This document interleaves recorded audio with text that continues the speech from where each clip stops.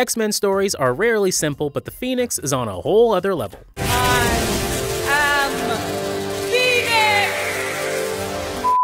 For being one of the X-Men's most notoriously complicated mutants, Jean Grae's story actually has a relatively simple start. She's one of the original team members first introduced back in 1963. She was the token female on the otherwise all-male team back in the day, and the only mutant with telekinetic powers in the mix, while others had largely physical powers. For years, this was as tricky as Jean got. She was known as Marvel Girl, and she could move things with her mind. No fuss, no frills. This was until Chris Claremont and John Byrne decided to alter her origin in the 1980s, and Jean would go from one of the weakest members of the X-Men to arguably the strongest entity in the entire Marvel universe.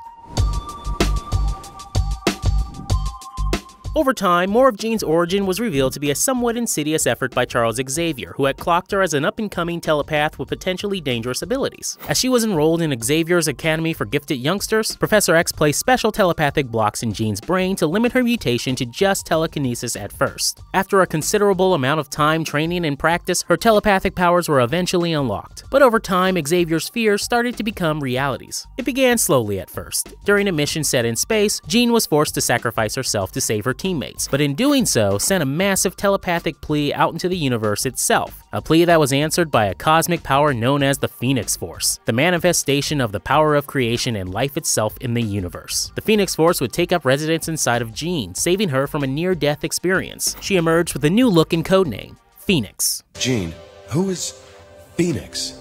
Phoenix.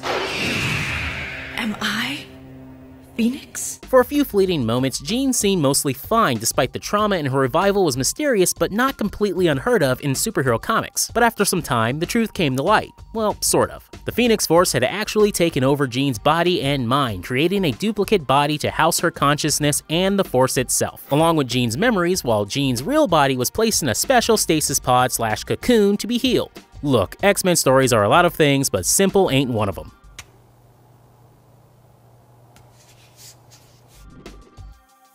Now, Phoenix Jean, who, for all intents and purposes, was Jean, or at least completely believed herself to be Jean, eventually started to experience strange visions of a past life where she was known as Lady Grae, the nefarious Black Queen of a group of evildoers called the Hellfire Club. The story of Lady Grae was in fact a complete fabrication by the villain known as Mastermind, who was specifically working to undermine Jean's sanity. As the visions increased in frequency and intensity, Jean eventually accepted them as reality and succumbed entirely to a new evil alter ego, Dark Phoenix. The full, unbridled potential of the Phoenix Force unchecked and given horrifying, hedonistic purpose care of the false Hellfire Club memories. Dark Phoenix promptly became the single most powerful and deadly psychic in the universe. And we mean that in the most literal and comic booky way possible. After turning on the X-Men, Dark Phoenix opted to leave Earth, getting herself pinged on the radar of a bunch of alien races and committing a handful of casually planetary genocides on the way. You know, like you do. Which specifically got her noticed by the Shi'ar Empire, who deemed her a greater threat to the galaxy than Galactus himself.